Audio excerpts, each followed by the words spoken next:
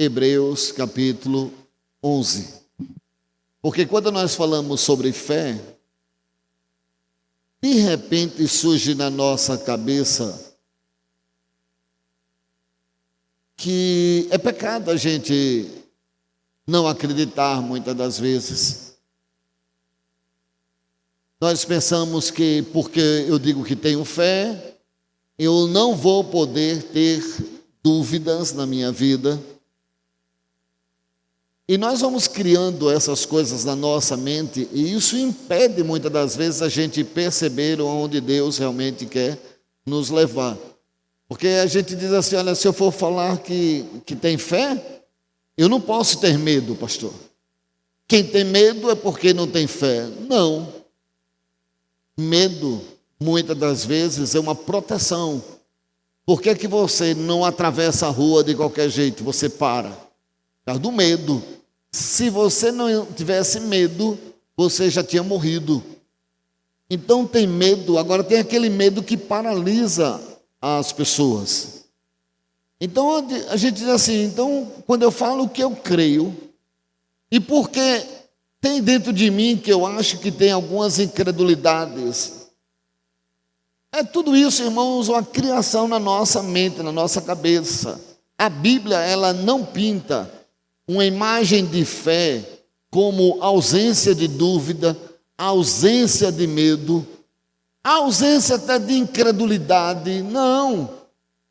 Porque nós precisamos entender aonde é que Deus ele quer nos levar nessa jornada toda. Ela diz claramente a Bíblia que fé é uma decisão. Eu tenho na minha vida decidi, vou ter fé. Estou com medo, mas eu decido ter fé. Eu tenho dúvidas, mas eu decido ter fé. É uma escolha. Aí olha o que diz o autor de Hebreus, capítulo 11, verso 1. Ora, a fé é o firme fundamento das coisas que se esperam e a prova das coisas que não se vê. Então fé é uma escolha, diga, fé é uma escolha. É você dizer, olha, eu vou confiar, mesmo que esteja sentindo medo, mas eu vou confiar, mesmo que venha um monte de dúvida na minha vida, mas eu vou confiar. Mesmo que surja um pouquinho de incredulidade, mas eu creio que a fé, a decisão que eu tenho, que eu vou viver de fé, ela me fará eu crescer. Vai fazer eu subir a um lugar que eu nunca fui, fazer o que eu nunca fiz, obter aquilo que era quase impossível que acontecesse. Você diz assim, meu Deus, como eu consegui tudo isso? Porque no momento de decisão você teve dúvida, você teve medo, você foi até incrédulo muitas das vezes, mas você foi, você acreditou e de uma forma ou de outra, a fé ela deu a você essa vitória. Pastor, onde é que a gente vê isso? Pedro. Lembram de Pedro? Pedro, certa vez, todo mundo no barco. Todo mundo viu um fantasma. Todo mundo teve medo. Não era fácil. Uma noite de tormenta. Uma noite de tribulação. E de repente alguém aparece andando sobre as águas. Esse alguém eles não sabiam. Eu sei porque a gente lê. É fácil que a gente lê e a gente diz assim, Jesus andou sobre as águas. Como isso é maravilhoso, irmãos. Mas pense que você não está naquele momento que você não viu, ninguém contou nada a você, e de repente você no alto mar, o mar bravio, furioso, e você vê alguém andando sobre as águas. Para nós crentes hoje é muito fácil, está na Bíblia, a gente abre. Olha aí, Mateus 14, vamos abrir, Mateus 14, 28. Agora Pedro aqui, ele nos mostra, na vida dele e na minha vida, duas versões. Todos nós temos essas duas. Talvez você tenha as duas, talvez você só tenha uma, mas tem essa versão. Verso 28, Mateus 14, verso 28. Respondeu-lhe quem? Pedro. E disse: Senhor, se és tu, manda-me ir ter contigo por cima das águas. É fé ou não é? É fé. Agora olha o versículo 29. Jesus, vendo a fé de Pedro, ele disse: vem. Se for tu, manda eu ir sobre as águas. Aí Jesus disse, bem, Jesus não disse: Pedro, você pode afundar. Pedro, olha, você está me provando. Não, Jesus só disse: venha. Aí Pedro, cheio de quê? De fé, saiu do barco. E o que é que aconteceu? Andou sobre as águas e foi na direção de Jesus. Coisa linda, irmão, creia. Olha, Deus vai fazer coisa na tua vida e você diz: eu creio. E você diz: eu só vou olhar para Jesus, o autor e consumador da minha fé. Glória a Deus. E você vai, aí você sai da igreja por essas portas alegre, vibrando, né? Coisa maravilhosa. As pessoas olham para você: que pessoa de fé. Que coisa incrível, não é verdade isso aqui? Se nós olharmos essa cena aqui, é incrível. Porque no verso 29 você tem um Pedro que cheio de fé. Você tem um Pedro que diz: eu creio, eu vou, vai acontecer. Olha só, que é isso que muitas das vezes acontece nas nossas vidas. Essa é a primeira versão de Pedro. Essa é a primeira versão minha e sua dentro da igreja. Creia, meu irmão. Coloca aqui o seu pedido de oração. É só você crer. Deus vai fazer. Tudo posso naquele que me fortalece. Beleza, parabéns. Pedro tinha essa versão. Mas eis que de repente, diga assim, de repente, olha, eu estou cheio de fé. Eu ouvi Jesus dizer: venha. Eu obedeci quando ele falou. Eu fui, saiu Pedro. Mas as coisas na nossa vida, irmãos, acontecem de repente. Porque de repente você vai no médico e o médico dá um diagnóstico ruim. De repente você está na igreja e vai fazer só a sua bateria de exame normal. Senta lá na clínica. Aí, de repente, o médico começa a ler, conversa com a outra assistente, e de repente ela chega perto de você, alguém diz: avise alguém da sua casa, você vai ter que ficar aqui, vai ter que passar por a cirurgia. E agora? Você teve fé? Você sempre acreditou em Jesus?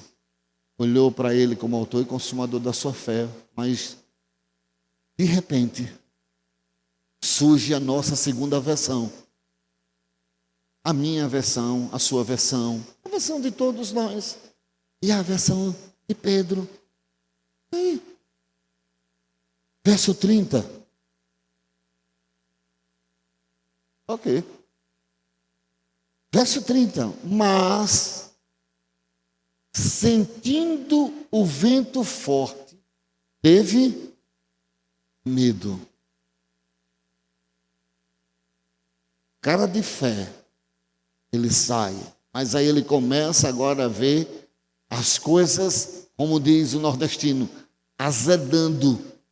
Tudo azedando do seu redor. Aí disse que ele teve medo. E começando a ir para o fundo, clamou dizendo: Senhor, salva-me. Senhor, aumenta a minha fé. Senhor, acrescenta a minha fé. Senhor, faz algo, porque se o Senhor não fizer, eu vou sucumbir. Senhor, age poderosamente, porque se o Senhor não fizer isso na minha vida, as coisas elas vão de mal a pior. Então essa é outra versão, que é a versão da maioria de nós. Cremos até o momento de passar por dificuldade. Cremos até o dia em que o médico diz, vai passar pela cirurgia. Cremos até o dia em que a pessoa olha para você e diz, não tem jeito. Então essa é a nossa segunda versão. Que Pedro, ele disse, eu creio. Pedro teve fé, porque ele saiu, ele foi em direção a Jesus. Mas esse mesmo Pedro agora, ele sai, começa a caminhada de fé, mas aí se apresenta o quê? Um vento. Aí chega o medo. E aí as coisas começam a não dar certo, afundando. E nessa hora você só tem, eu e você, nós só temos uma solução. Senhor, ajuda-me. Senhor, salva-me. Senhor, acrescenta fé em mim. Senhor, olha, eu estou no limite, estou esgotado. Senhor, eu não suporto passar por tudo isso. E foi isso que aconteceu com ele aqui. Que aqui temos algo interessante. Que num versículo eu creio. Num versículo eu ouço Jesus. Num versículo eu obedeço Jesus. Mas no outro versículo eu estou pedindo ajuda, ajuda-me, socorre-me, acrescenta a minha fé. E nós precisamos entender, faz parte da vida cristã. Sem fé é impossível agradar a Deus. Nós não agradamos a Deus, irmãos, com cânticos. Nós não agradamos a Deus dizendo que Deus é bom, que Deus é maravilhoso, que Ele é gostoso, que Ele é lindo, que Ele é belo. Nós agradamos a Ele quando nós entendemos as nossas limitações. E entendemos que dentro das nossas limitações, só Ele pode nos salvar. Só Ele pode nos socorrer. Porque eu sei que, claro que aqui não, mas muita gente habilidoso, muita gente bom de tudo, sabe se sair de tudo. Assim era Pedro. Mas na hora do vento, na hora do medo, na hora das adversidades, é nessa hora que a gente tem que pedir socorro. Pedro estava com tanta vontade de viver aqui o sobrenatural, que ele fala, então vamos ver. Se é o Senhor mesmo, me chama que eu vou. Se é o Senhor que está me dizendo para eu ir, eu vou. Jesus diz, você vem mesmo, Pedro? Então venha. Quando ele começa, eu creio que vem aquela empolgação, né? Oh, estou andando sobre as águas. Pastor, as portas se abriram. Pastor, eu fui curada. Pastor, olha, um sobrenatural aconteceu na minha vida. Era assim que Pedro estava vivendo. Pedro estava vivendo o que aqueles outros 11 não viveram. Pedro estava vivendo o que eu e você desejaríamos viver, sim ou não? É isso que Pedro aqui está vivendo. Andando sobre as águas. Mas logo depois ele diz, salva-me. Então, querido, eu não sei qual é a dimensão da sua fé. Não sei aonde é que você está vivendo, mas você pode, aonde você estiver, e o que você estiver acontecendo com você dizer, Senhor, salva-me.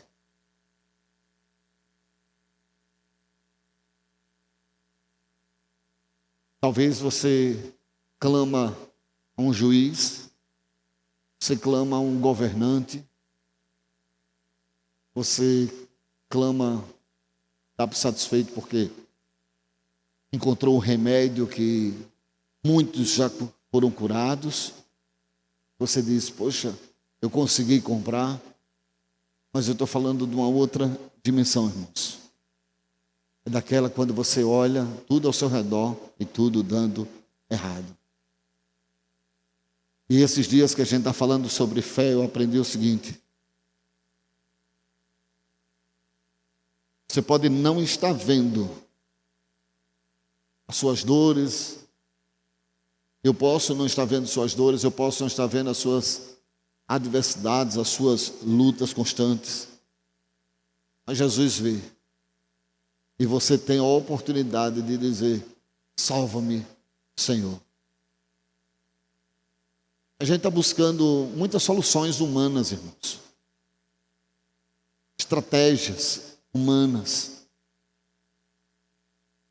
Nós estamos buscando soluções que alguém já passou. Um testemunho forte na internet, a gente fica buscando algo semelhante ao que você está passando. Então deixa eu dizer uma coisa a você, diga, eu tenho fé. Diga, eu tenho fé. Pode ser um pouquinho de fé. Pode ser uma fé média. Pode ser grande. Pode ser gigante. Mas deixa eu fazer um pedido a você. Exercite a tua fé. Eu não sei qual é a sua dimensão. Para uns, é aquela grande fé. Ou é ela ou se acaba. Para outros é um nadinha. Mas exercite. Você já viu musculação? O pessoal vai para a academia. Se você pegar o peso lá e colocar, e fizer uma vez, vem músculo? Não vem. Muitas das vezes na igreja, as pessoas, eu vejo assim, eu digo a você com toda seriedade, tem pessoas que estão passando um momento tão difícil,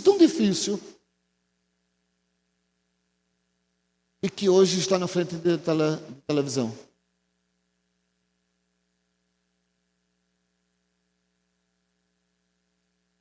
Eu não entendo isso. Eu queria entender, não consigo. Tem gente que está passando um momento trágico. Aí a gente diz, é o diabo. Não é, irmãos. É que nós não aprendemos a exercitar a nossa fé. Fé tem que exercitar. Eu sei, você tem que tomar aquele comprimido para dor de cabeça, mas use a sua fé antes. Como? Ore. E diga, Senhor, em nome de Jesus, que essa dor de cabeça vai embora agora. Mas a primeira coisa é correr para a bolsa. E mulher fica meia hora na bolsa olhando, porque bolsa de mulher tem coisa.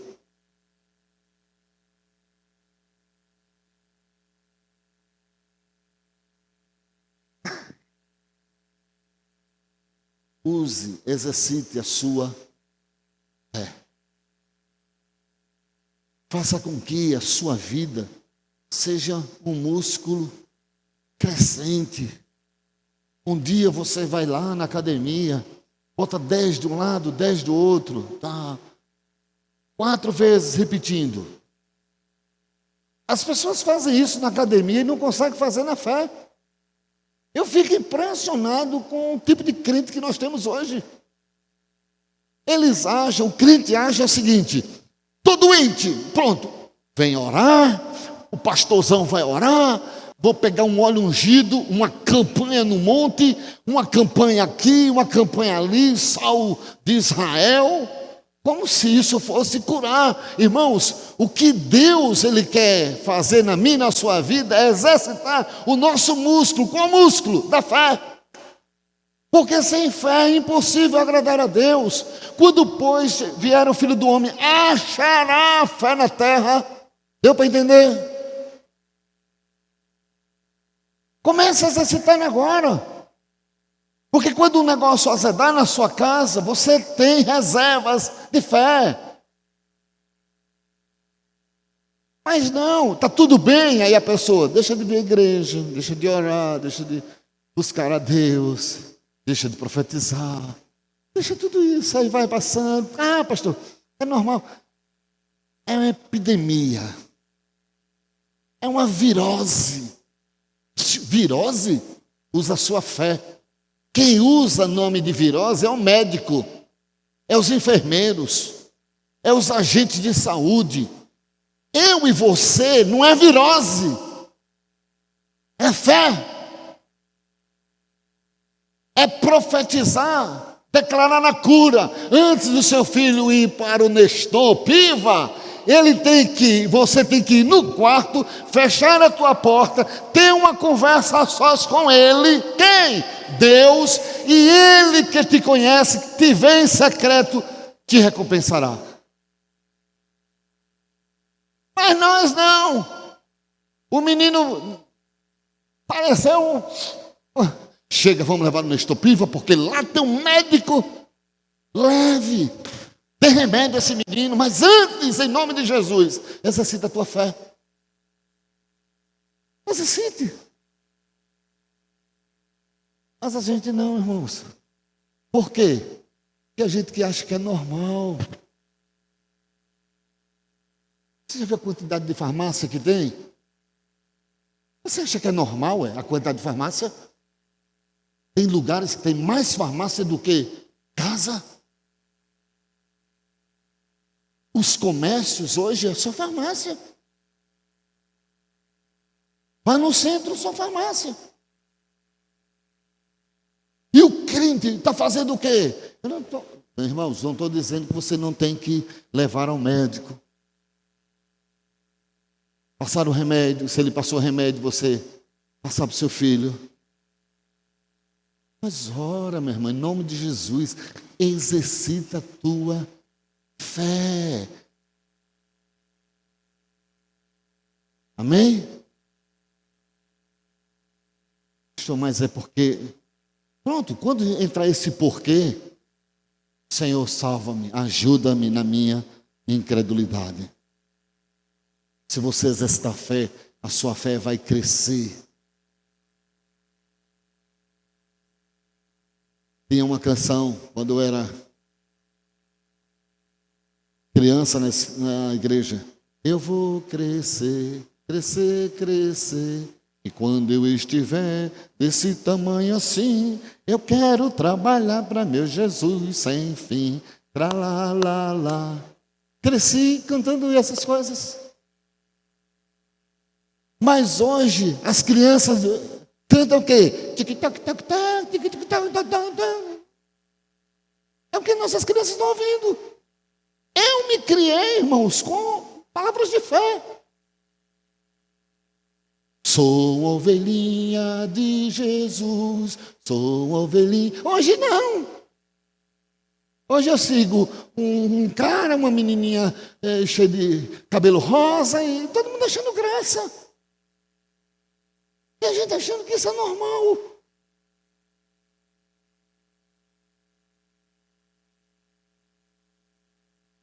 Mas faça e aproveite o tempo para exercitar a sua fé. Que na minha vida cristã, na minha jornada de vida, eu descobri o seguinte: Jesus, ele não está procurando uma fé perfeita. Eu procuro, eu olho para você e digo, aquele tem fé, aquele não tem. Mas Jesus, ele não procura uma fé perfeita. Jesus procura uma fé autêntica. Autêntica. Tenho medo, ajuda-me na minha incredulidade, salva-me, Senhor. Isso é uma fé autêntica. Estou passando no conflito, estou passando na luta, mas eu creio. Porque muitos pegam esse texto de Pedro e desdenham de Pedro. Mas Pedro aqui tem essa fé autêntica. A fé de Pedro não é perfeita. Porque tem dúvida aqui. Tem medo aqui. Mas a fé, ela não garante que eu não tenha medo nem dúvida. A fé não traz essa garantia. Eu tenho isso mesmo, a fé autêntica eu tenho isso mesmo. Eu tenho medo, eu tenho dúvida. Eu tenho sim, pastor, esse receio. Mas eu continuo crendo, eu continuo acreditando, eu continuo confiando, eu continuo dizendo que Deus fará e Deus vai fazer. É assim que nós temos que viver. De forma indireta, você está dizendo o seguinte: olha, eu estou dando lugar para que minha fé cresça.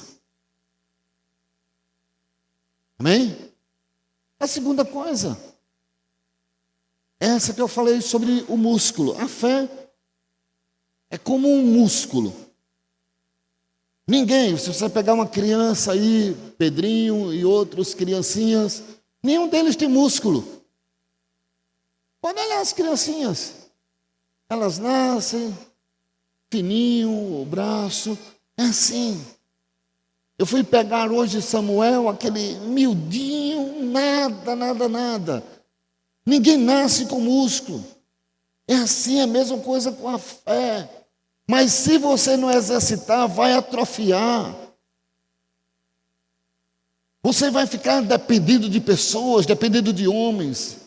Porque para você ter a sua fé crescente, você precisa exercitar a cada dia. Claro que não aqui no nosso meio. Mas tem alguns cristãos que estão vivendo de 20 anos atrás.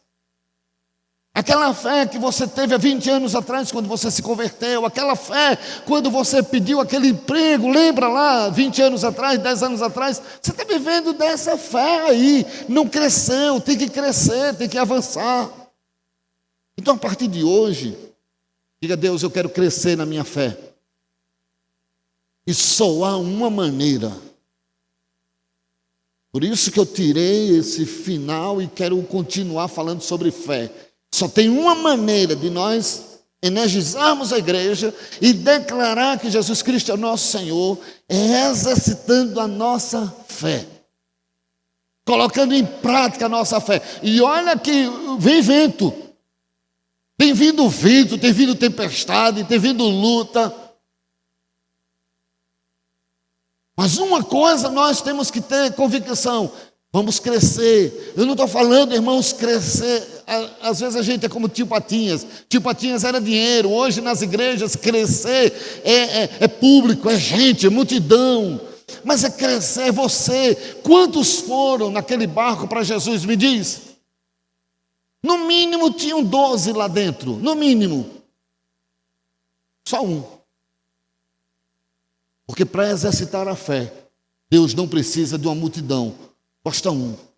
Quantas pessoas tinha peixe e pães numa grande multidão? Quantos? Um menino. O lanche dele. Para Deus realizar um milagre na tua vida, não precisa de uma multidão. Não precisa que 10 mil creia. Eu não preciso de 10 mil likes. Eu não preciso de 100 mil seguidores. Eu preciso de um só que creia. Porque só foi Pedro que andou. Os outros 11 ficaram lá falando mal. Está vendo? Aí Pedro quer se aparecer. Mas ele foi, ele andou, experimentou. Como você entra na igreja. E aí como é que está? Está bem. E como é que está? Tá bom. Eu vou para a igreja. É tão legal, o pastor, ele prega legal, o louvor. Não, Deus quer dar mais a você. Pega esse seu problema, olha para ele e diz: isso aqui é para exercitar a minha fé. O que as pessoas chamam de problema é a sua oportunidade de viver o sobrenatural. Uma oportunidade. Não despreze o dom que há em ti. Paulo disse a Timóteo. Que dom é esse? O dom da fé. A fé é um dom, é um presente, é uma dádiva. Não despreze, meu irmão. Eu não entro aqui para eu desprezar. Eu não desprezo, eu vejo aqui a oportunidade. Olha, quando eu vejo um público, eu vejo oportunidade. Quando eu vejo falta de pessoas, eu vejo a oportunidade de Deus manifestar a glória dele. Porque se já tivéssemos 10 mil, 1.000, 500, estamos cheios de nós. E a cada dia estamos dependendo dele. E a cada dia ele tem feito grandes coisas. Pastor, eu vou seguir, mas se der errado, meu irmão, Senhor, ajuda-me. Senhor, eu preciso de ti. Senhor, olha, se o Senhor não fizer, nem sei mais o que é que eu faço.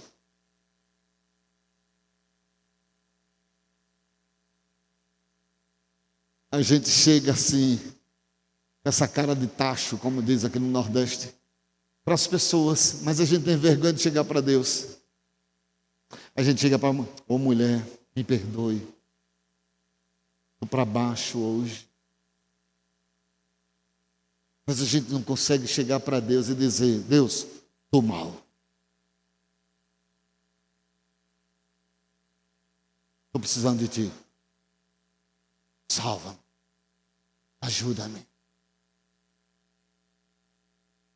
Ele é nosso melhor amigo, irmãos. O que foi que aconteceu com Pedro? Salva-me. O que foi que Jesus fez? Não, agora vai morrer assim mesmo. Vai para o céu, mas morre assim. Não. Estendeu a mão. Deus vai estender a mão para você. Quando você tiver essa fé autêntica.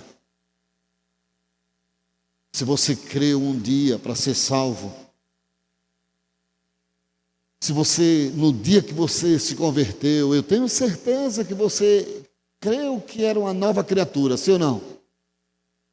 Que aquele momento foi um novo nascimento. Quando a gente se converte, a gente crê que o Espírito Santo mora em nós, sim ou não? Não é verdade? Que coisa linda, coisa maravilhosa, queridos. A gente vive com isso a vida toda. A gente crê que as coisas velhas ficaram para trás, e eis que tudo se fez novo. Mas deixa eu dizer uma coisa, tudo isso que você acreditou naquele dia que você se converteu, serve para a tua vida eterna.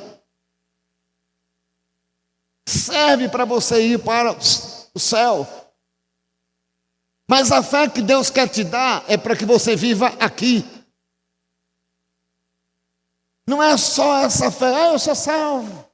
Meu nome está escrito no livro da vida. Não, ninguém tira você de lá não, meu irmão. É impossível. Foi Deus que resgatou você. Mas Jesus veio só para dar vida, vida eterna? Veio para dar vida. E vida o quê? Abundância. É essa que você não está vivendo. Você só está na vida eterna. Aí ele está garantido. Vai para o céu, querido. Mas vai para o céu sem ter prazer de conquistar nada. Quem mais estava no barco? A gente sabe que eram os discípulos, mas não tem nem o nome deles. Mas nesse episódio, você sabe do nome de Pedro. Meu irmão, deixa uma marca na sua vida. Não seja anônimo, não. Olha, tem 8 bilhões de pessoas hoje. Já tiveram milhões e milhões de pessoas. Você pode ser mais um só. Mas você pode ser aquele que vai fazer a diferença. Aquele que vai dizer, olha, Jesus veio para dar vida, mas vida em abundância. E eu vou, já encerro, mas deixa eu falar uma coisa. Deixa eu ensinar você a entrar nesse caminho da abundância. Para viver nessa dimensão de abundância. Para você ter uma vida abundante, você vai ter que exercitar a tua fé todos os dias. Não é de domingo, quarta em quarta, domingo em domingo, é todos os dias. Pastor, e como é que isso vai acontecer? Medite na palavra de Deus dia a dia. Todo dia medite nessa palavra. Ah, pastor, mas eu pensei que era outra coisa. Sabe por quê eu digo isso? Porque dentro dela você vai descobrir verdades bíblicas. E são essas verdades bíblicas que vai entrar na tua vida e vai ter conflitos. E aí vai dar abundância. Sabe por que vai dar conflitos? Você começa a ler a Bíblia e aí você começa a ver tudo que você aprendeu errado dentro de casa, com o papai, com a mamãe, com seus irmãos, com a sociedade. O problema é que nós estamos nos espelhando a sociedade. Aí entra um que é de esquerda e fala tudo da direita. O da direita fala tudo da esquerda.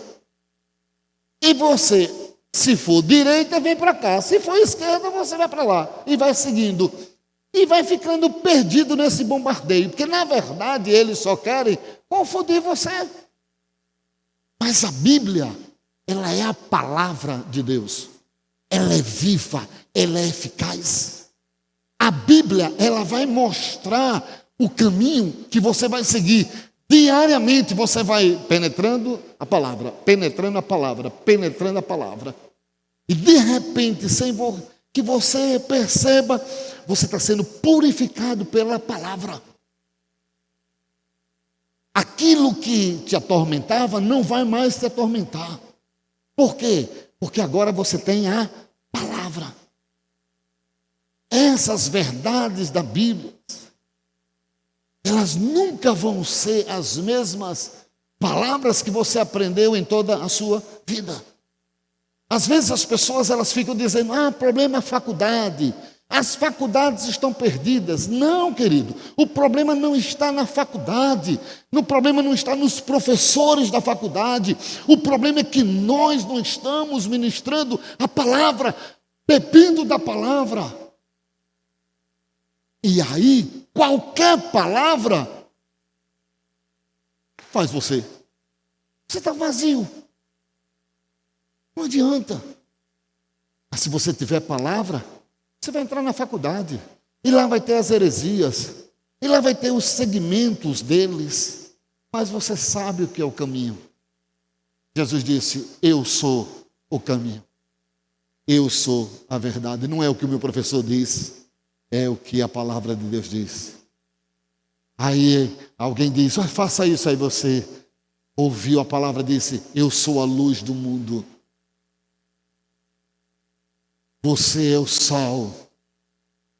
E aí onde você vai começando a fazer a diferença. Por quê? A palavra mudou você. Querido, psicólogo, psiquiatra, sexólogos, e agora tem um monte, nenhum deles tem o que a Bíblia tem. Eles podem ter diploma, eles podem ter conhecimento humano, mas a palavra de Deus tem vida. É a palavra vida. Dê ao seu filho vida. Coloque para o seu filho pequeno palavra. Aqui no colégio nós temos o desenho, a atividade que o aluno vai fazer e a palavra embaixo. Todas as nossas atividades do ano. Às vezes por dia é mais de 700 cópias que tiramos. Mas todas elas têm a palavra. Porque eu creio que é ela que transforma. É ela que vai transformar a tua casa, é ela que vai transformar a tua vida. Como eu disse domingo, esquece as opiniões, lance a palavra. Porque a palavra fará com que você tome a decisão correta. E aí você vai depositar a sua fé naquilo que você enxerga. Aquilo que você enxerga com os olhos de Deus. Aí você vai tomar as suas decisões de uma forma que ninguém imagina. Mas você tomou, sabe por quê? Foi guiado pela palavra. É assim que a abundância vai te alcançar. Diga amém. É assim, é com a palavra de Deus que a abundância vai te pegar. Não é eu vou ficar rico porque eu vou dar 10 mil de dízimo, porque eu vou fazer uma campanha para ficar próspero. Não, eu vou viver dia a dia a palavra. Faz sentido?